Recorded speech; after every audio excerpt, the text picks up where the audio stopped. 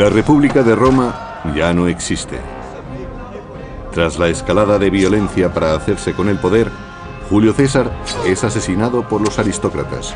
Pretenden mantener al Senado como autoridad política de Roma, pero la tentativa fracasa. La era de los emperadores comienza con César Augusto. Siglo I a.C. Bajo la soberanía del nuevo emperador, el Imperio Romano trata de expandirse y pone rumbo a las tierras que hay más allá del Rin. Pero la última conquista finaliza de un modo trágicamente violento. Las tribus germánicas se oponen al yugo imperial y se enfrentan a la autoridad romana. Frustran las ambiciones imperiales, reescriben la historia y desafían al imperio. El Imperio Romano, el bosque de la muerte.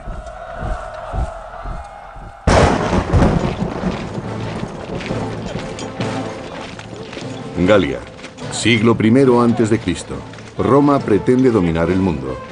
Alentados por un crecimiento sin precedentes, los líderes del imperio creen que los pueblos conquistados no se opondrán a su misión civilizadora. El emperador Augusto consolida su poder tras el asesinato de su tío abuelo, Julio César. Roma se alza y extiende por todo el mundo conocido. Augusto fue un pariente de Julio César que se convirtió en el primer emperador romano. Él salvó la República. Sus métodos hubieran sido impensables para Julio César. Fue el principio del apogeo de Roma. Sus fronteras se expandían rápidamente gracias a las sucesivas victorias militares, y en Roma se empezaba a creer que el imperio era invencible.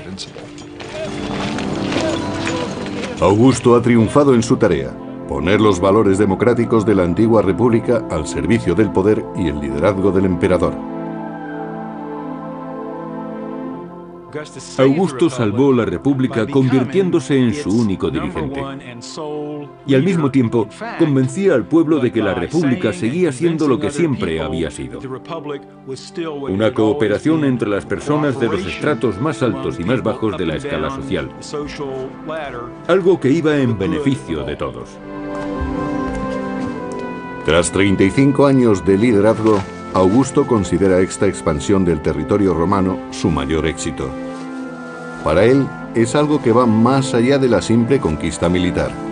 A fin de cuentas, los romanos se consideraban superiores al resto de los pueblos. Los romanos sentían que su misión era civilizar al resto del mundo. Tenían una misión cultural y por eso trataban de imponer la ley y la justicia, como ellos la concebían, al resto de los pueblos, aquellos a los que llamaban bárbaros. Tras la exitosa anexión de la Galia como provincia romana, el Imperio Romano trata de conquistar las tierras más allá del Rin, lo que se conocería como Germania. Las tribus de más allá del Rin vivían de manera precaria, luchando entre sí en sangrientas guerras fratricidas. Algunas tribus incluso se atrevían a penetrar en territorio romano, algo que el imperio no iba a tolerar. Roma considera que estos pueblos son salvajes e impredecibles, y por tanto, un objetivo a conquistar. Ha habido muchos debates sobre los objetivos de Roma al este del Rin. Quizás el imperio trataba de establecer una nueva provincia entre el Rin y el Elba. O quizás trataban de frenar las incursiones que llegaban de más allá del Rin. Casi todas las opiniones coinciden en que Roma intentaba establecer una nueva provincia. En el año 9 a.C., el emperador Augusto envía al general Tiberio más allá del Rin. La relación entre romanos y germanos es muy conflictiva. Hay gente que quería colaborar con los romanos y gente que aborrecía a los romanos. En aquella época los pueblos germánicos debían enfrentarse a muchos desacuerdos. Eran comunes las luchas por el poder. Tiberio, un destacado militar con importantes contactos, tiene muchas probabilidades de suceder al emperador. En Germania, visita al jefe de la tribu de los queruscos, al que considera un aliado potencial. Los bárbaros se aliaron con los romanos para luchar contra los enemigos comunes de ambos pueblos. Y los romanos querían extender las fronteras de su territorio y su misión civilizadora hacia las regiones del norte. El líder de los queruscos acepta la alianza con Roma. Aunque su pueblo no tenga interés en adoptar el modo de vida del imperio, se benefician de su protección y su prestigio. Tenían mucho que ganar si se aliaban con Roma, sobre todo la élite gobernante. Económicamente, esta asociación les daba acceso a muchos productos romanos, lo que les confería un estatus privilegiado. El príncipe germánico es todavía muy joven, pero acabaría convirtiéndose en un astuto conspirador. Fue educado en dos mundos, siguiendo las tradiciones de su pueblo y protegido por la gloria y el poder del imperio. Llegaría a ser un oficial romano y un rey germánico. Su nombre era Arminio.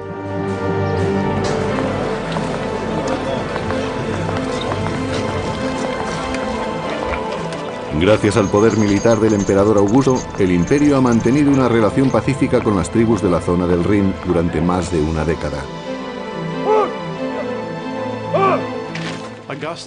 Augusto era un dictador militar que tuvo que luchar sin descanso y logró levantar un imperio que gozó de una envidiable estabilidad durante 2 siglos. Arminio, el joven príncipe germano, acaba de cumplir 20 años y es comandante auxiliar al servicio del imperio. Las tropas auxiliares son un apoyo imprescindible para las 28 legiones oficiales del ejército romano. Augusto debía asegurarse de que se comprendiesen sus objetivos. Eran los mismos de los líderes tradicionales romanos: guiar al imperio en una guerra de conquista. En el año 6 después de Cristo, el general romano Tiberio viaja a Germania. Debe sofocar una violenta revuelta en la provincia romana de Panonia, las actuales Austria y Hungría. Tiberio dirige sus fuerzas contra los insurgentes que se oponen a los impuestos romanos y a su modo de vida. Los romanos intentaron imponer sus costumbres a los bárbaros a un ritmo mayor del que estos pueblos hubieran deseado. Por eso se enfrentaron a ellos. La revuelta dura ya 3 años y la situación es cada vez más complicada para el ejército romano. El emperador Augusto envía a sus tropas auxiliares. En la lucha, Arminio demuestra que domina las técnicas de combate romanas, distinguiéndose así ante sus superiores romanos. En palabras del historiador romano del siglo I, Velius Paterculus, bravo e inteligente. Arminio era un bárbaro fuera de lo común. Lo demostraban sus técnicas notables y sus ojos, que reflejaban el fuego de su espíritu. Arminio era consciente de que Roma trataba de un modo violento a sus provincias, aplastando cualquier atisbo de autonomía. Veía a los panonios en la misma situación en la que estaba su pueblo, en el norte de Germania, y estableció una relación entre ellos y su propia comunidad durante la campaña en Panonia. Pero Arminio sigue luchando al servicio del imperio y apoya con sus tropas auxiliares a las legiones romanas del general Tiberio.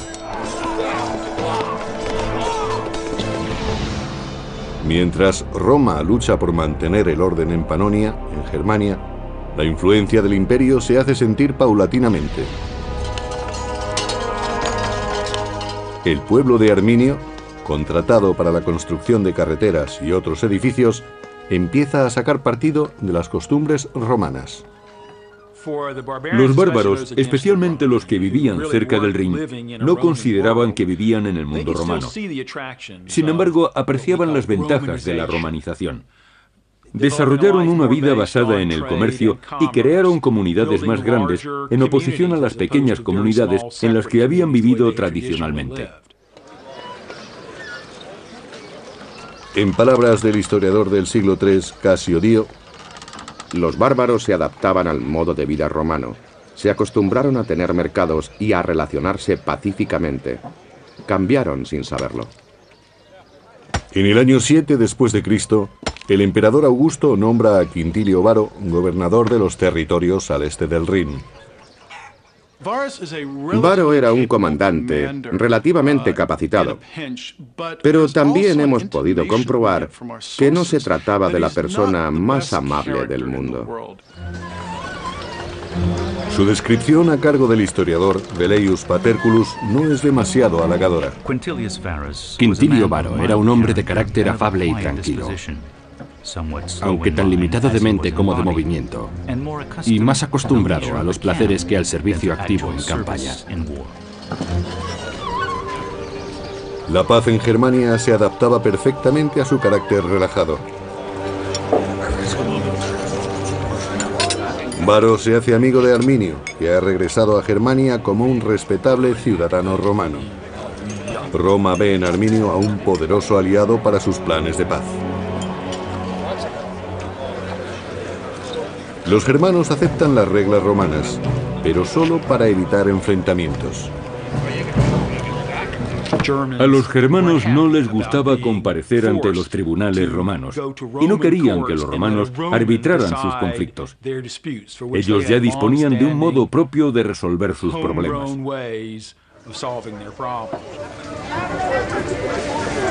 El resentimiento empieza a ser evidente, aunque la situación es pacífica, según Velleius. Los germanos son una raza de embusteros impenitentes. Interponen denuncias ficticias, se provocan unos a otros en peleas y las resuelven según las leyes romanas sin recurrir a las armas. Así muestran que se sienten agradecidos por la justicia romana y que su naturaleza bárbara se está extinguiendo. Varo tenía experiencia como gobernador en pueblos acostumbrados a ser gobernados. Pero eso no tenía nada que ver con las expectativas de los pueblos germanos. La intrusión, de acuerdo con el historiador Casio Dio, empuja a Arminio y a otros jefes a tomar medidas. En lugar de tratarlos como a esclavos de Roma, Varo les exigía impuestos como a las naciones sometidas. Pero ellos no se consideraban una nación sometida y preferían recuperar el modo de vida que habían tenido en el pasado. Los pueblos germánicos de la ribera del Rin decidieron que habían aguantado bastante a Varo y su administración, la imposición del modo de vida romano y sobre todo la justicia romana.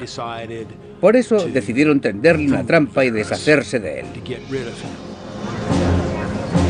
Y nadie se encontraba en mejor situación para ello que Arminio. Durante 3 largos años, el general Tiberio había luchado para sofocar las revueltas en la provincia de Panonia.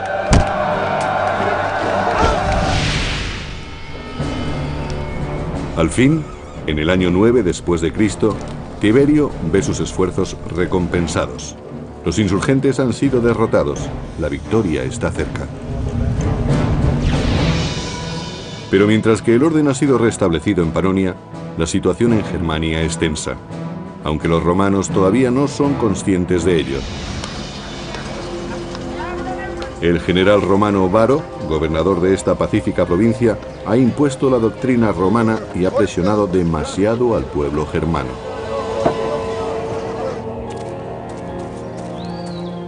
Los germanos, liderados por Arminio, se han cansado de pagar los impuestos romanos y de ser esclavos en su propia tierra.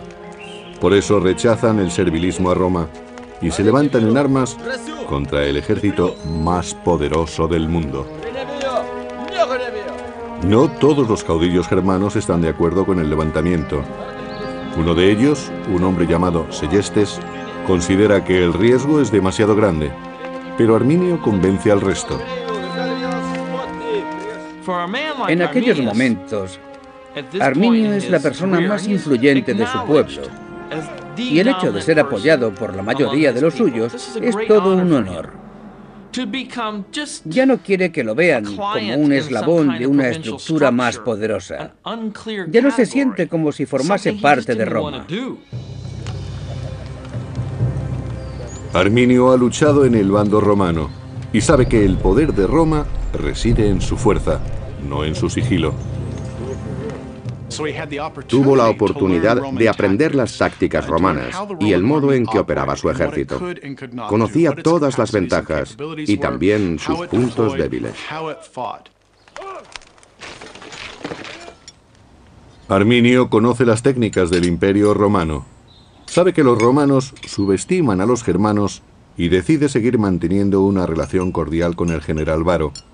Según Velleius Paterculus, Arminio se sirvió de la negligencia del general Varo para traicionarlo.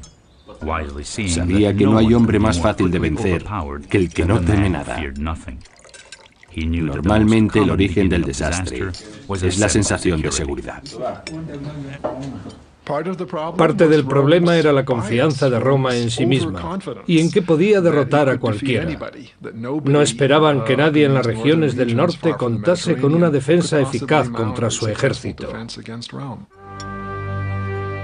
si los germanos quieren atacar, deben hacerlo pronto. Sus enemigos han sido diezmados en otras batallas y no albergan ninguna sospecha.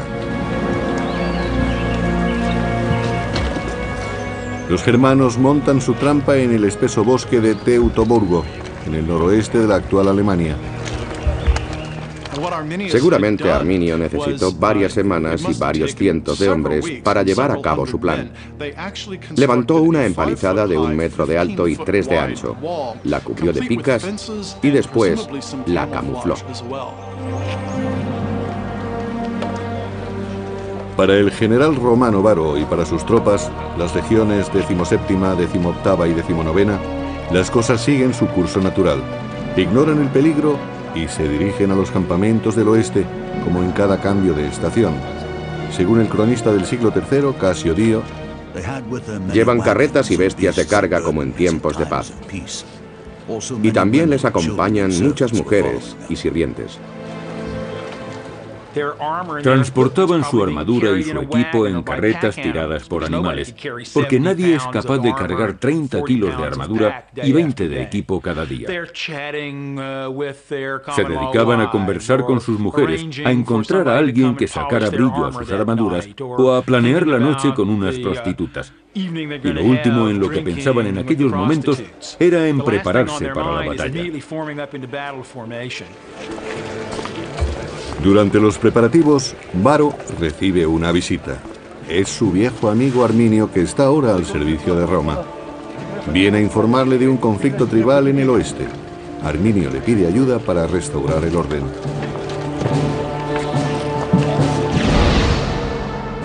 El supuesto levantamiento se ha producido en una zona poco conocida, llamada Calcrise, cerca del fuerte romano de Halter. Es el destino de las tropas de Varo.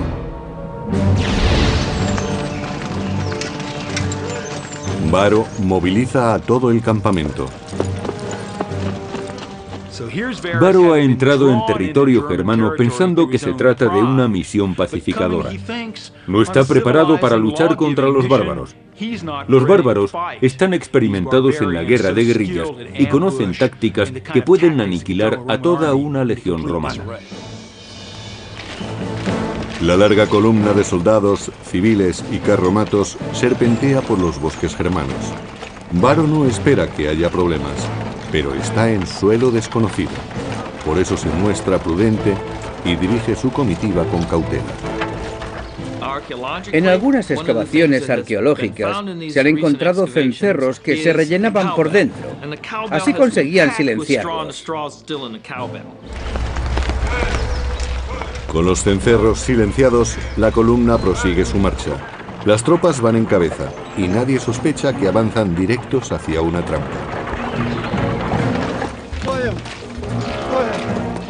El caudillo germano Seyestes sigue sin confiar en el plan y trata de prevenir a Varo de la traición de Arminio, pero solo consigue ser apartado. En palabras del historiador Velleius Paterculus, Segestes pidió que detuvieran a los conspiradores, pero la fatalidad se había apoderado de Varo y había nublado su espíritu. Algunos bárbaros desconfiaron de Arminio y trataron de aconsejar a Varo. Pero el general se consideraba capaz de juzgar a la gente. Creía saber quién era su amigo y quién no.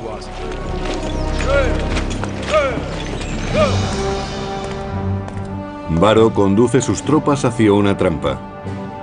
Y el general Tiberio regresa a Roma después de haber vencido en Panonia. El emperador Augusto ve la victoria de Tiberio como una prueba irrefutable del poder del imperio. Roma es invulnerable.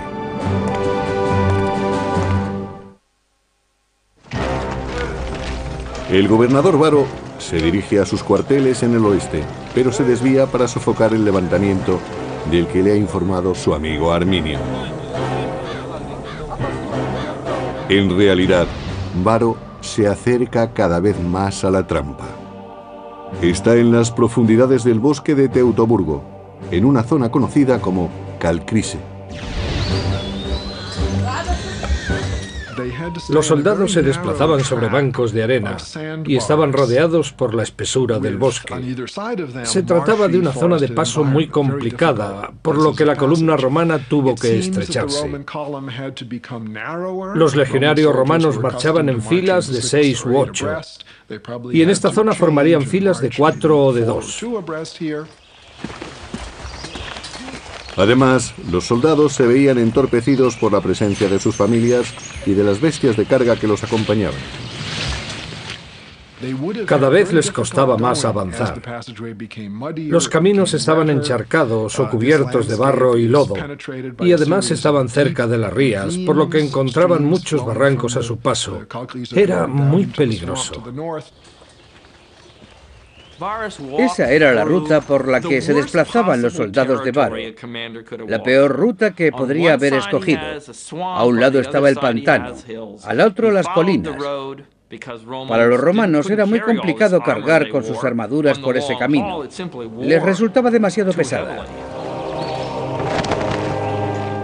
Los germanos habían conducido a los romanos a la trampa perfecta. Era difícil avanzar e imposible retroceder.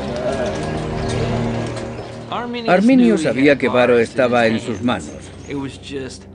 El general romano no tenía posibilidad de escapar. Arminio solo tenía que decidir cuándo y dónde atacarlo. Y no perdió el tiempo. Fue un ataque inesperado. El cronista del siglo III, Casio Dio, describe el momento de la emboscada. Los germanos se lanzaron sobre Varo en medio de aquel bosque impenetrable.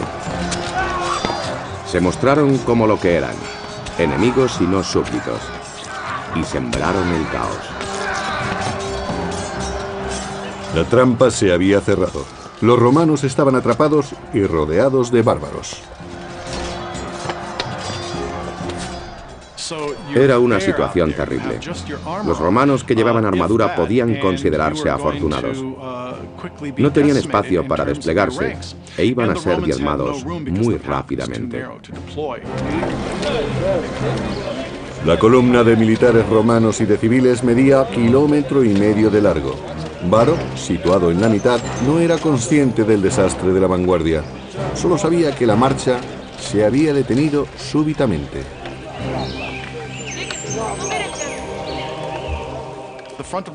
La vanguardia de la columna iba a ser la primera en caer, y no les era posible comunicarse con la retaguardia en esas condiciones. El ejército romano estaba en una situación muy vulnerable. Realmente corrían un gran peligro. Cuando Varo fue informado del ataque, ya era tarde. No había tiempo de prepararse ni de escapar. La sucesión exacta de los acontecimientos sigue siendo un misterio. Creo que en esta batalla el desenlace estaba decidido menos de 1 hora después, pero las escaramuzas pudieron continuar durante el resto de la tarde.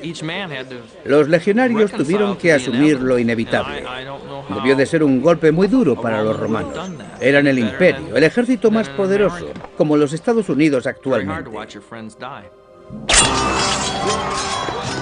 Cada vez había más bajas entre los romanos y, según Casio Dio, empezaron a llegar más germanos. Las fuerzas del enemigo aumentaron. Los germanos que dudaron en un principio se unían ahora con la promesa del saqueo. Y quedaba la peor deshonra. 2 de las legiones perdieron sus estandartes de águila a mano de los bárbaros. El águila era un símbolo religioso para los legionarios. Era literalmente el espíritu religioso, algo que les protegía y les guiaba a la victoria.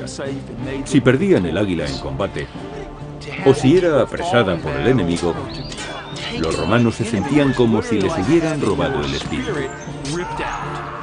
Y sin espíritu la derrota era segura, pero mucho peor que la derrota era la deshonra. Y no había nada más deshonroso que dejar que el símbolo del espíritu del soldado cayera en manos enemigas. Era lo peor que podía ocurrirles.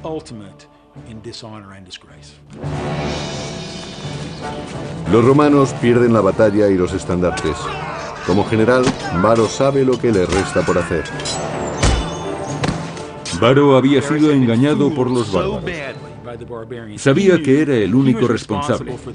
Había dirigido a un ejército y no había sido precavido. Roma iba a culparle de aquella derrota. El propio Varo no podría nunca perdonarse a sí mismo. Su única salida era el suicidio, incluso si era un suicidio poco honorable. Los germanos, a las órdenes de Arminio, han recuperado su tierra y han derrotado al ejército más poderoso del mundo. Según su tradición, ahora debían martirizar a los prisioneros. El escritor del siglo II, Florus, lo describe. Nunca hubo una matanza más cruel que aquella en los bosques. Nunca hubo tantas ofensas proferidas por bárbaros, especialmente hacia las figuras de los legisladores. A algunos hombres les sacaron los ojos, a otros les cortaron las manos. A uno le cosieron la boca después de cortarle la lengua.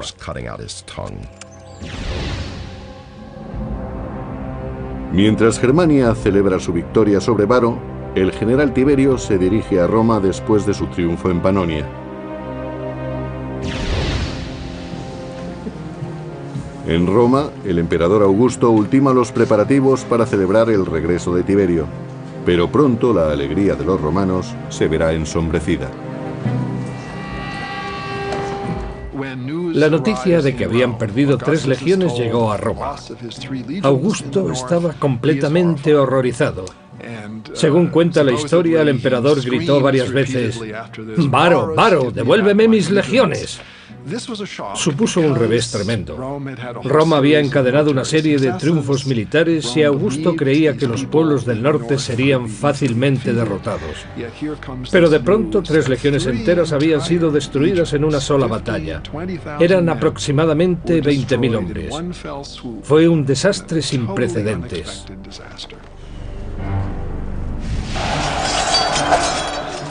Y ahora que los queruscos y otras tribus bárbaras habían escapado a su control, ¿qué les impedía asolar Roma?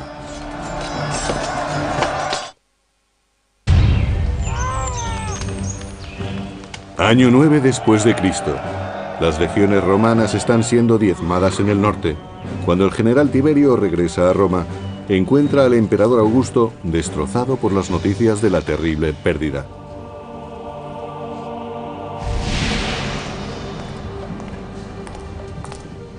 Los bárbaros de más allá del Rin han acabado con 3 legiones dirigidas por el general Varo.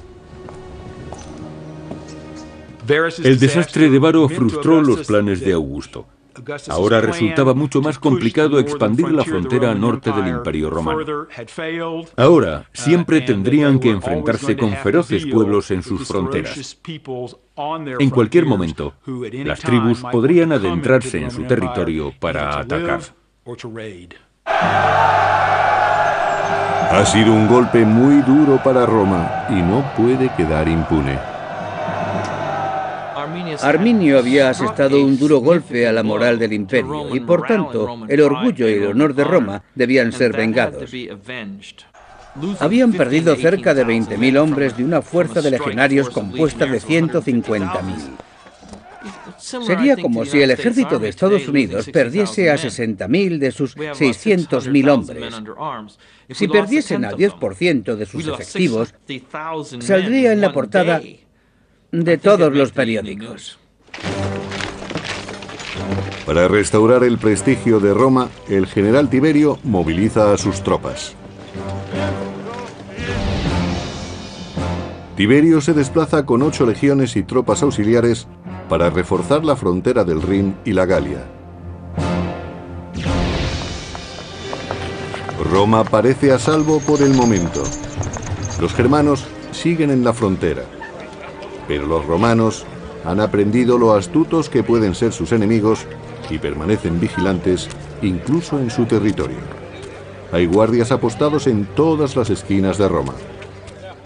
Fue muy duro para Roma como ciudad y como sociedad comprobar que aquellos pueblos del norte eran capaces de asestar un golpe así a su ejército. César, Tácito y muchos otros dirigentes los habían considerado militarmente inferiores.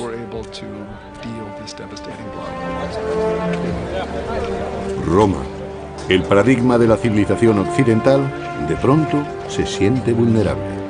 Todo ciudadano o visitante extranjero se convierte en sospechoso, en enemigo potencial. Augusto, temeroso de un levantamiento por parte de los germanos, los expulsa.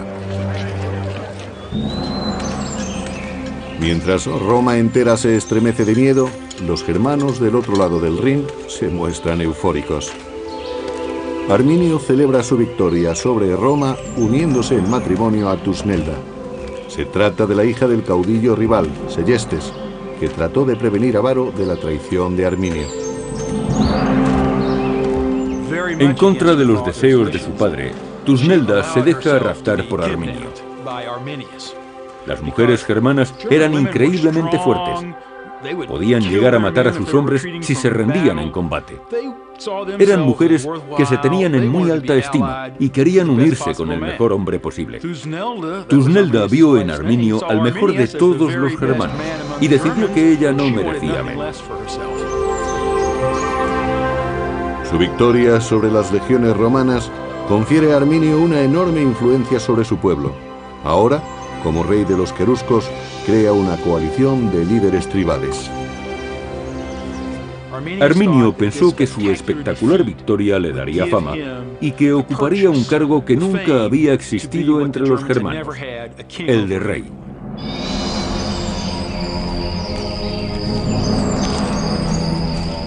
El lugar de la masacre se convirtió en un lugar sagrado. Se mantuvo intacto para conmemorar la victoria y rendir culto a los dioses germanos. Los germanos practicaban su culto en el campo. Erigían imágenes y tótems de animales en el bosque.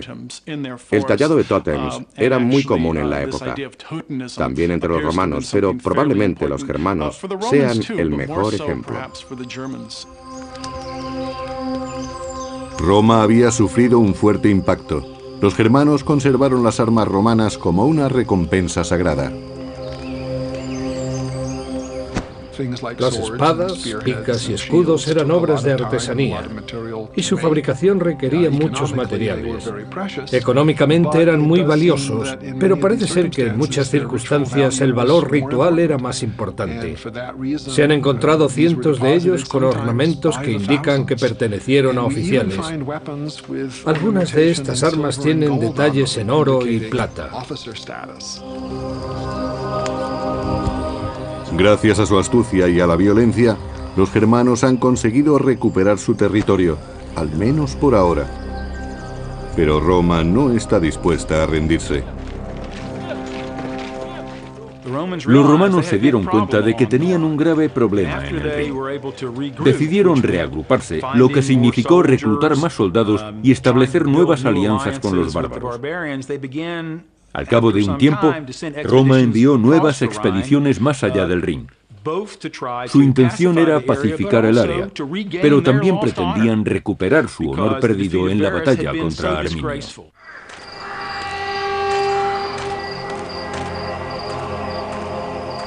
Era preciso que la situación cambiase. El Imperio Romano necesitaba recuperar su autoestima. Año 13 después de Cristo. 4 años después de la masacre, el emperador Augusto manda a Germánico, general de las tropas romanas, a luchar contra Arminio y los bárbaros queruscos.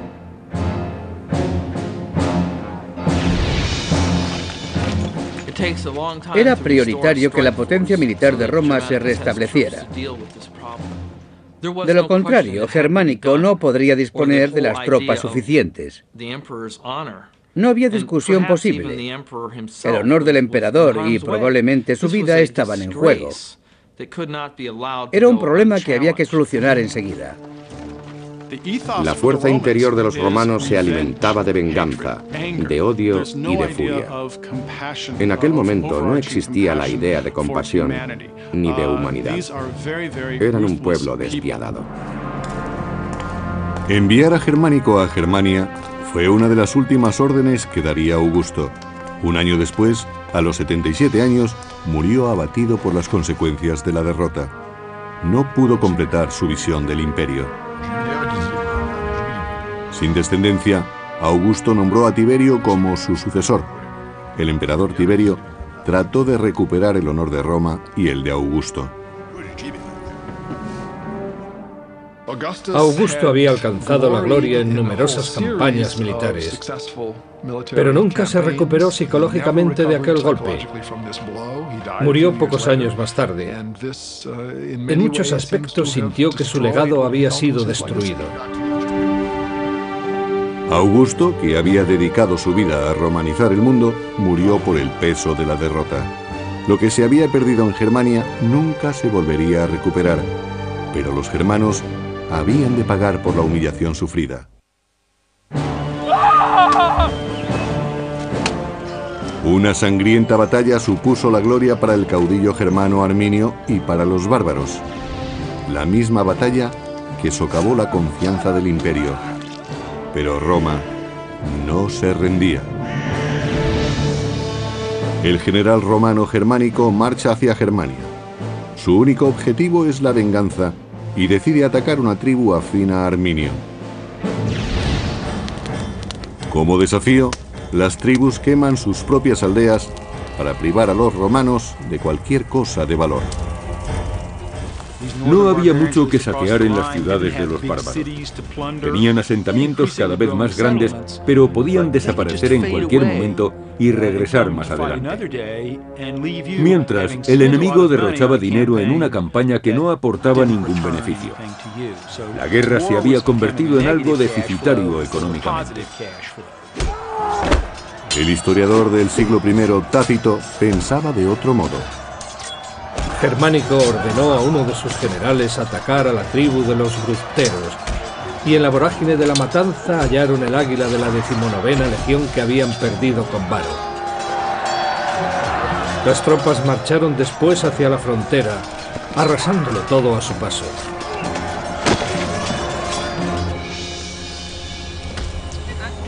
En esta campaña, los romanos liberan a Seyestes, el caudillo encarcelado por Arminio. Pero su venganza no terminaba ahí. Después, los romanos apresaron a la hija de Seyestes, Tusnelda, que esperaba un hijo de Arminio. Tusnelda fue capturada por los romanos y llevada a la capital como prueba del éxito en su misión. Su principal objetivo era humillar a Arminio, el hombre que había derrotado al general Varo y a sus 3 legiones. En el año 15 después de Cristo, 6 años después de la emboscada, el ejército romano llega al lugar de la masacre en los bosques de Calcrise. Ahora es un monumento sagrado a la victoria de los germanos. Cuando llegaron al lugar de la derrota de Varo, encontraron espadas rotas por el suelo. Y también había cráneos clavados en los árboles. La batalla tuvo que ser horrible.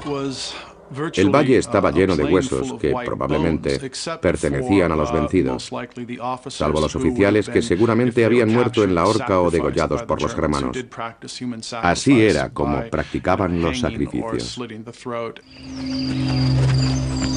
El historiador del siglo I, Tácito, describe así la escena. Había huesos por todas partes, diseminados en los lugares donde los hombres trataron de huir y amontonados donde resistieron. Y al lado descansaban armas rotas y huesos de caballos. Los cráneos humanos estaban clavados a los árboles. No muy lejos se alzaban los altares bárbaros donde fueron sacrificados los jefes. Sin duda fue sobrecogedor para Germánico y sus hombres. Se dieron cuenta de que podían ser los restos de sus familiares o de sus amigos. Eran sus compañeros de armas. Y los enterraron. El entierro y su ritual eran muy importantes. Aseguraban el descanso de los muertos, que ya no regresarían para atormentar a los vivos. El historiador Tácito dice: los romanos enterraron los restos de las 3 legiones. No sabían si estaban enterrando a amigos o a desconocidos, pero la ira que sentían hacia el enemigo era la misma. Todos sufrían y maldecían. Fue muy significativo para Roma demostrar que recordaba a sus veteranos. Nunca desistiría en su intento de recuperar el honor que le había sido arrebatado. Su desgracia se debía a la incompetencia y arrogancia de un general. Para los germanos, que ven el campo de batalla como un santuario, el entierro es una herejía. En cuanto los soldados enemigos se alejaban, exhumaban los restos y santificaban de nuevo el lugar. Arminio, que había derrotado a Roma 6 años antes, se siente amenazado por el retorno de los romanos. El giro de los acontecimientos le preocupa. Tácito describe su rabia. Arminio, colérico por naturaleza, enfureció cuando su mujer fue capturada. El destino de su hijo sería la esclavitud. El general se dejó llevar por la ira y declaró la guerra a Segestes y al imperio. Estalla la guerra. Las fuerzas de Arminio están familiarizadas con el entorno y una vez más sacan partido de su ventaja contra las tropas romanas. Las legiones romanas eran superiores cuando podían elegir un campo de batalla llano y extenso. En ese tipo de terreno tenían más espacio para maniobrar y podían avanzar en formaciones compactas. Y en aquel momento no se daba ninguno de esos factores. No era llano, no había sitio para maniobrar y no podían agrupar sus unidades. Pero Germánico logra tender una trampa al enemigo y lo atrae a campo abierto. Los romanos han ganado esta batalla, pero no la guerra. La dificultad del terreno, el coste de la campaña y la tenacidad de los bárbaros despojan a Roma de cualquier esperanza de victoria. Durante muchos años los romanos realizaron incursiones en el este del Rin e incluso intentaron capturar a Arminio, pero no tuvieron éxito. Ni Arminio ni Germánico vivirían para ver los resultados de sus esfuerzos. 3 años más tarde, en el 19 después de Cristo, ambos murieron de un modo muy poco heroico. Germánico sucumbió a la enfermedad. Algunos aseguran que fue envenenado por un rival político en las intrigas de Roma. Ese mismo año, Arminio fue asesinado por sus soldados que consideraban despóticas sus maneras. Arminio estaba muy entregado a una causa, la libertad de su pueblo y la suya propia. Quería ser rey de todas las tribus germánicas. Pero estas no querían un rey.